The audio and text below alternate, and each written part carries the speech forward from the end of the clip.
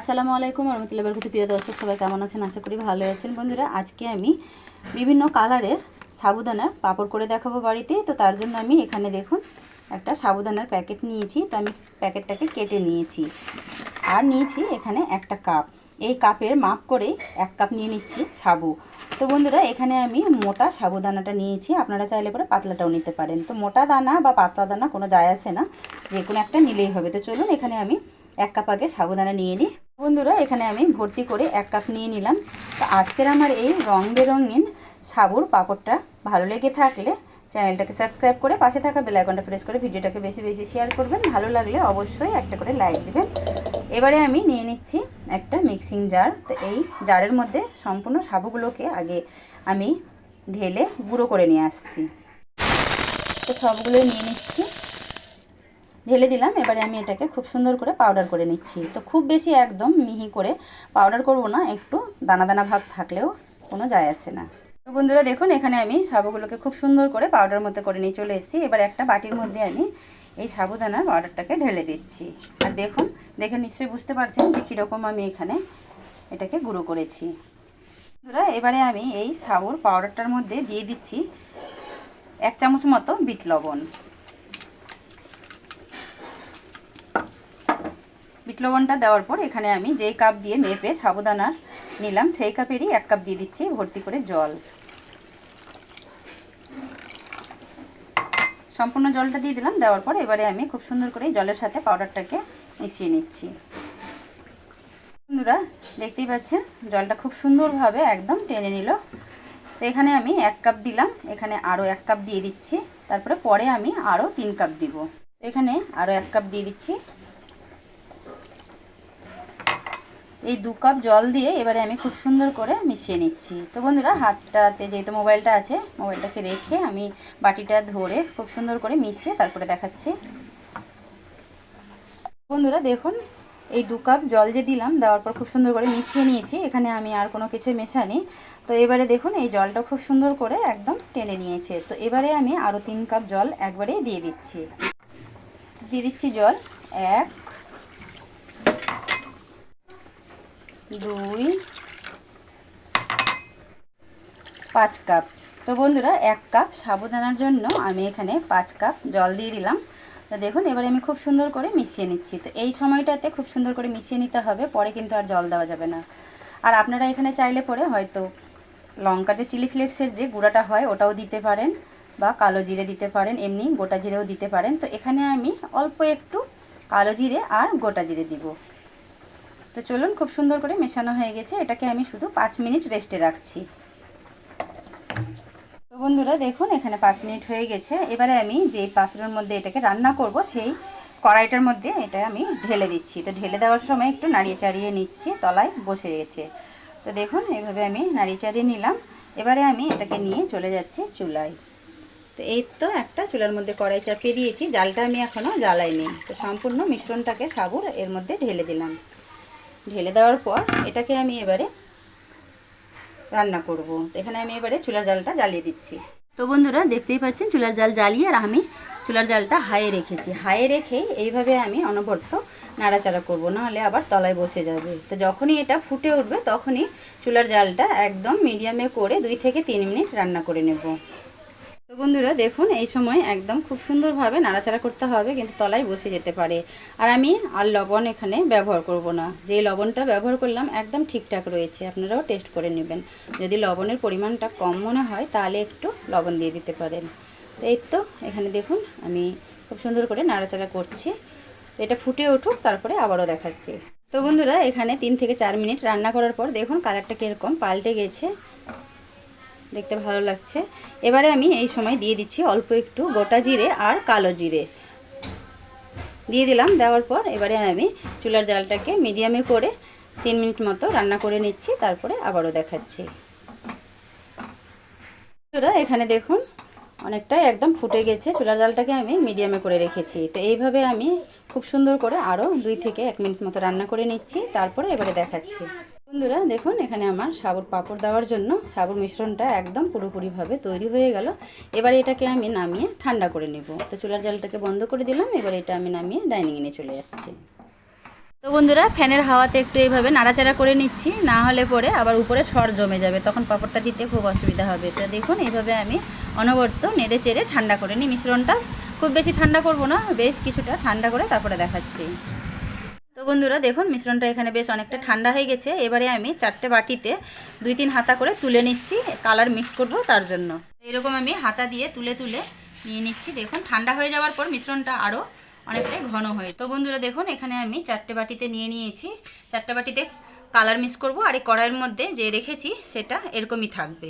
তো এখানে আমি নিয়েছি হলুদ কালার, দিয়ে দিচ্ছি 2 ফোঁটা, বেশি দিব না, 2 ফোঁটা করে দিলেই সুন্দর করে। তো 2 ফোঁটা দিয়ে দিলাম। একটা চামচ নিয়েছি, এভাবে মিশিয়ে নিচ্ছি।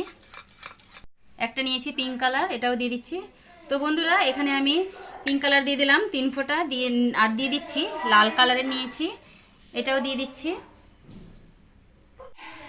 তো এই তো বন্ধুরা এখানে আমি লাল কালারটা দিয়ে মিক্স করে নিচ্ছি সুন্দর করে। আর এখানে দিয়েছি পিঙ্ক কালার। তো লাল আর পিঙ্ক বেশ অনেকটাই কাছাকাছি রয়েছে কালারটা, আপনারা চাইলে করে অন্য কালার দিতে পারেন।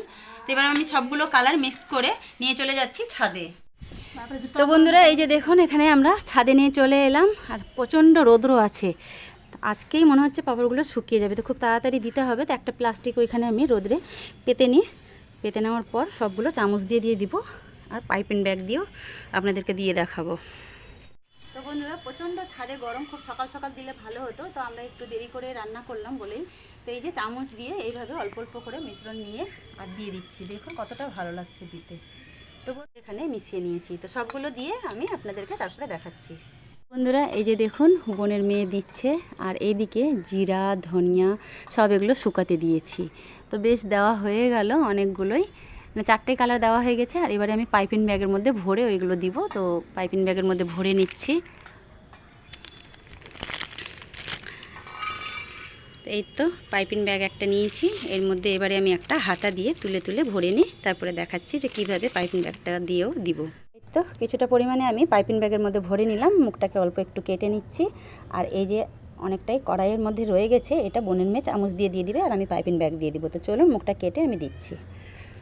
এই যে কি সুন্দরভাবে দেওয়া হয়েছে, দেখুন এত সুন্দর লাগছে দেখতে, বিভিন্ন কালারের। তো এবারে আমি এই পাইপিং ব্যাগ দিয়েও দিচ্ছি। এই তো পাইপিং ব্যাগের মুখটা অল্প কেটে নিয়েছি, এইভাবে চেপে চেপে আর দিয়ে দিব। দেখুন এইভাবে করে দিয়ে দিচ্ছি। তো বন্ধুরা সম্পূর্ণটা দিয়ে তারপরে দেখাচ্ছি। এই তো বন্ধুরা দেখুন সবগুলো এখানে পাঁপড় আমাদের দেওয়া হয়ে গেছে, সেরকম কোনো কাক পাখিও নেই, একদম ছাদও পরিষ্কার রয়েছে। তো খুব সুন্দরভাবে সারাদিন থাকলে বিকাল অবধি শুকিয়ে যাবে। তো চলুন পাঁপড়গুলোকে বিকাল অবধি রেখে দিচ্ছি।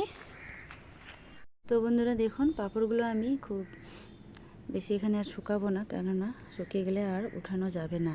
তো এখানে 3:30 বাজে, আর পাঁপড়গুলো আমি দিয়েছিলাম 12:30টার সময়। তো তাতে খুব সুন্দরভাবে পাঁপড়গুলো শুকিয়েছে, বলতে কি পুরোপুরি শুকায়নি। তো দেখুন এইভাবে করে শুকিয়েছে।